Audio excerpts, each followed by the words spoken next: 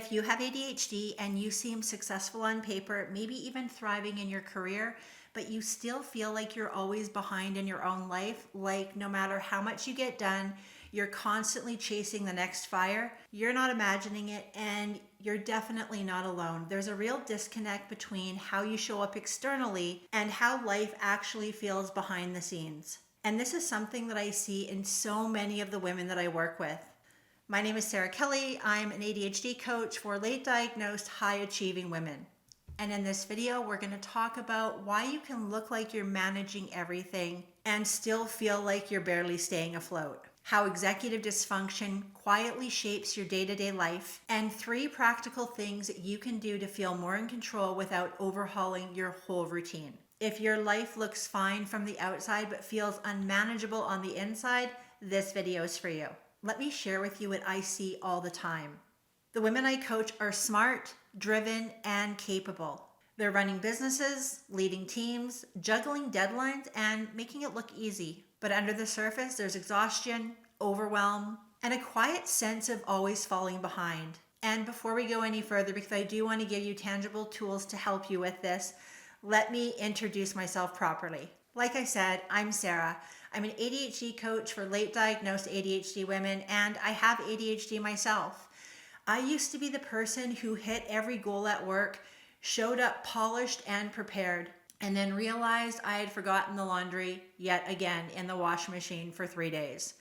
I could write a strategic plan in an hour, but somehow couldn't manage to send birthday cards on time or remember to eat lunch. On the outside, I looked put together. But on the inside, I felt like I was always one dropped ball away from everything collapsing. And the women I coach tell me the same thing. One client, a senior executive, told me this: I lead meetings, I manage a big team, I hit my targets, but when I get home, it's like my brain just stops. The dishes pile up, I forget appointments, texts go unanswered for days.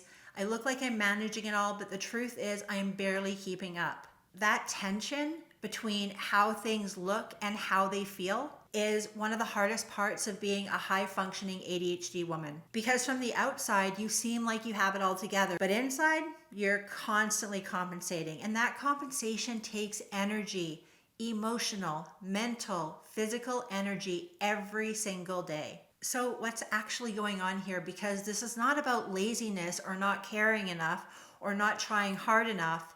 It's about executive functions, the part of the brain that helps you plan, prioritize, follow through, and shift between tasks. At work, you usually have built-in structure, deadlines, meetings, clear expectations, and people counting on you.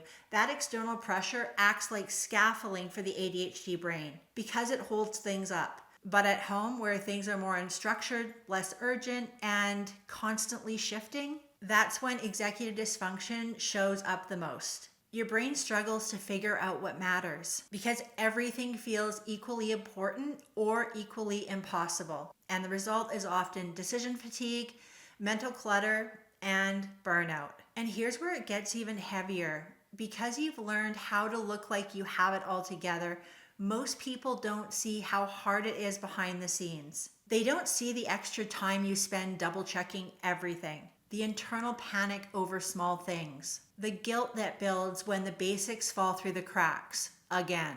That invisibility, it makes the weight of it feel even heavier. You start thinking, why is this so hard for me? Or everyone else seems to manage, what's wrong with me? Let me know in the comments if these land for you, because I'm here to tell you that nothing is wrong with you.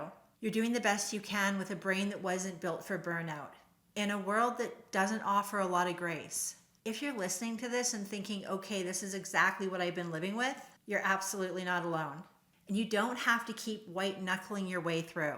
I offer free calls where we can talk through what's really going on behind the scenes. Why it feels like everything is always almost under control, but never actually calm. And whether I might be the right person to help you build something more sustainable. There is a link in the description of this video to book a free call with me. No pressure, just a real conversation. So let's get into what actually helps. Let's talk about a few things that can make a real difference without adding more pressure to your plate.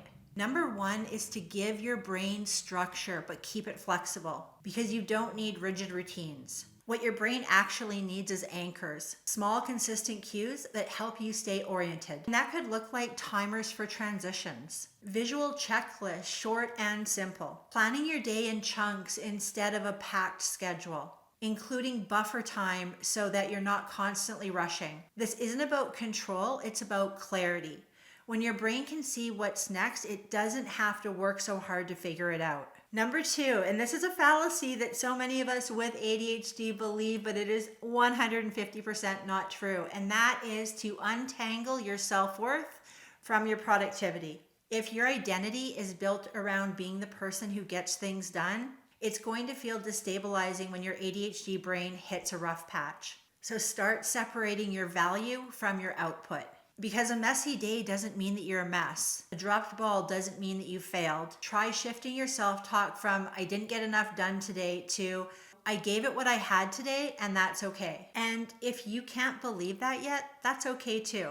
Just notice a pattern because curiosity will help you more than shame ever will. I promise you. Number 3, give yourself real recovery time, not just zoning out with your phone and feeling guilty about it.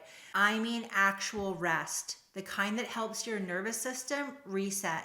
That could look like a quiet walk, lying down with your eyes closed for 5 minutes, listening to music without multitasking, doing something that feels good and low effort. This isn't indulgent, it's maintenance because your brain needs space to breathe if it's going to keep doing all the things you're asking of it. If you've been stuck in that in-between place where everything looks fine but nothing feels manageable, hear this. You are not broken. You are also not failing.